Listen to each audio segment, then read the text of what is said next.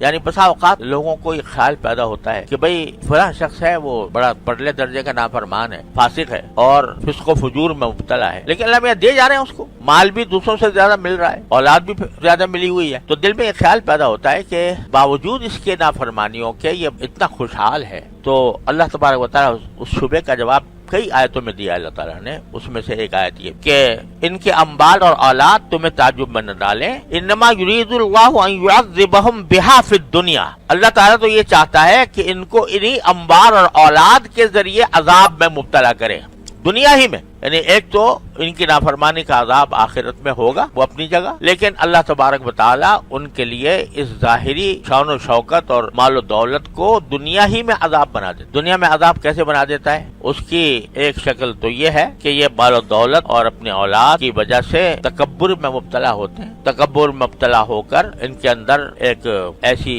فرعونیت آ جاتی ہے کہ دوسرے چاہے ان کو مال و دولت کے لحاظ سے قابل رشک سمجھتے ہوں، لیکن لوگوں کے دلوں میں ان کی عزت نہیں، یہ متکبر ہوتے ہیں اور تکبر کی وجہ سے لوگوں کے دلوں میں عزت نہیں ہوتی۔ کسی نے بڑی اچھی بات کہی ہے کہ متکبر جو ہوتا ہے اس کی مثال ایسی ہے جیسے کوئی پہاڑ کی چوٹی پر کھڑا ہو، وہاں سے جب وہ نیچے کے لوگوں کو دیکھتا ہے تو سب چھوٹے نظر آتے ہیں، اور نیچے والے جب اس کو دیکھتے ہیں وہ چھوٹا نظر آتا ہے۔ تو متکبر کو ہمیشہ کبھی عزت نصیب نہیں ہوتی، دل چاہے بختی طور پر لوگ اس کے ڈر میں آ جائیں لیکن عزت نہیں ہوتی۔ تو یہ دوسرا مال و دولت کا اصل مقصود ہوتا ہے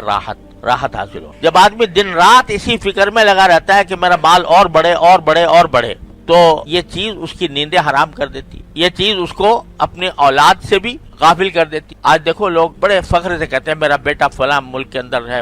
فلاں بیٹا فلاں ملک کے اندر ہے، تو اولاد ہے مگر موجود نہیں ہے سامنے۔ اولاد تو وہ ہے جو سامنے موجود ہو، اس کو دیکھ کر آنکھیں ٹھنڈی ہوں اور اس کو دیکھ کر آدمی کو اطمینان اور راحت حاصل ہو۔ جو اولاد بکھری ہوئی ہے، مہینوں میں ملاقات نہیں ہوتی، سالوں میں نہیں ہوتی، وہ اولاد سے کیا راحت ملے گی؟ تو اللہ تعالیٰ اس مال و دولت کو بھی عذاب بنا دیتے ہیں دنیا کے اندر کہ اس کی راحت چھن جاتی ہے، نیندیں اڑ جاتی ہیں اور ہر وقت پیسہ بٹورنے کی خاطر دن رات اسی فکر میں مبتلا رہتا ہے۔ تو یہ ایک بہت بڑی تنبیہ کر دی ہے قرآن کریم نے کہ تنہا مال و دولت پر ایک تو آدمی کو ناز نہ ہونا چاہیے، اور دوسرے مال و دولت کی اصل مقصد راحت ملنا ہے، وہ راحت اگر حاصل نہیں تو پھر مال کا فائدہ کچھ۔ تیسری بات یہ کہ مال و دولت جب سرکشی پر